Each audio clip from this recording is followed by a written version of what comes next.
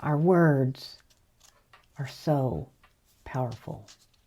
We don't really think about how much power there are in our words.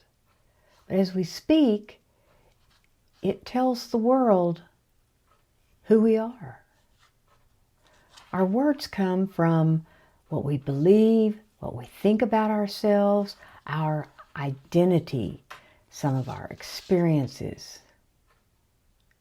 So, there's several warnings in the Bible about the tongue and about our speech. Did you know your tongue, it says, is a rudder? Is likened to a rudder of a ship, and that it directs your life? So let's think about that. If you speak negatively, that rudder is going to lead you in a negative direction. Or you speak positive, if you speak positive, that rudder is going to direct you in a positive direction. In Proverbs, it says, death and life are in the tongue. It also says to be swift to hear and slow to speak. This tells us what we need to do. So let's think about it. If you're complaining chronically all the time, is that positive or negative? Maybe you gossip about other people, or you talk badly about other people, name calling. Your friend calls and they're griping and you get to griping back. It's called commiserating. It's all negative. You're speaking death. People get stuck in this habit of negative talking. The way to really think about what you're talking, you have to look at that. Watch for the words coming out of your mouth. Do you want to speak death, or do you want to speak life? There's a lot of stuff, information. My dog. There's a lot of information about manifestation, and it's a lot of people talk about the law of attraction, and your words are part of this. You attract what you say because it's part of your beliefs and your identity, and it drives how you feel. If you're stuck and you're trying to manifest, or you're praying and asking for things, take an inventory of your speech. What do you say? I am is the strongest statement that you can make about yourself.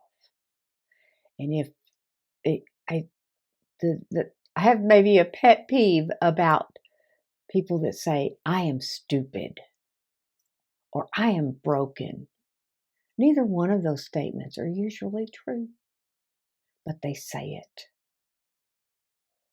When Moses encountered the burning bush and he said, who are you? And God said, I am that I am. That was it. No explanation, no nothing. I am. And so write down those things.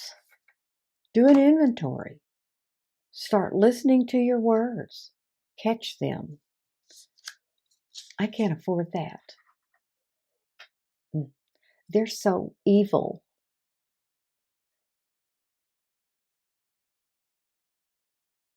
I could go on.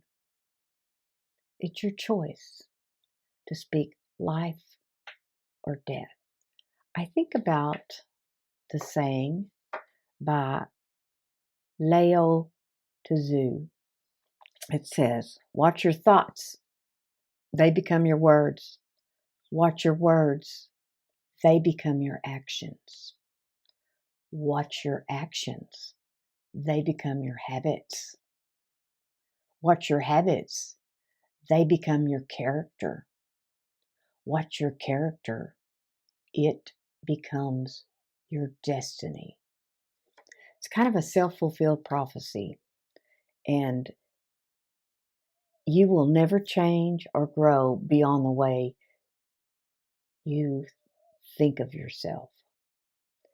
And if you think negatively about yourself or others or your life, that's the direction you're going to go.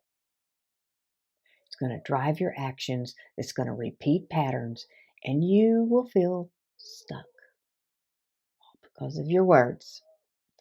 You don't think about how much power they have. Instead of saying, I can't afford that, it's, I choose to spend my money elsewhere. Completely different attitude. And manifestation is a whole sphere of spiritual truths, not just one. Law of assumption, law of attraction, those are just part of 12 laws, spiritual laws in attracting. There are 11 other spiritual laws in manifestation, and a lot of people don't talk about them. And this is part of a series. If you're new here, my name's Rhonda. I'm a licensed professional counselor, but on here, I talk about my personal experience of recovery from codependency and trauma, past trauma on my channel here. My experience of how I got better. And as I did that, I went to university and I got a license. And so I blend all of that into a coaching style with some therapy, with some, I don't know, it just kind of eclectic. And my channel here is called Entreaty, which means to call upon another with urging comfort and care. And that's what I do about mental health, physical health, and spiritual health. It's a holistic approach to personal growth and self-improvement. If you want to know maybe where your words come from, watch this video next. And the most important part is to be you on purpose.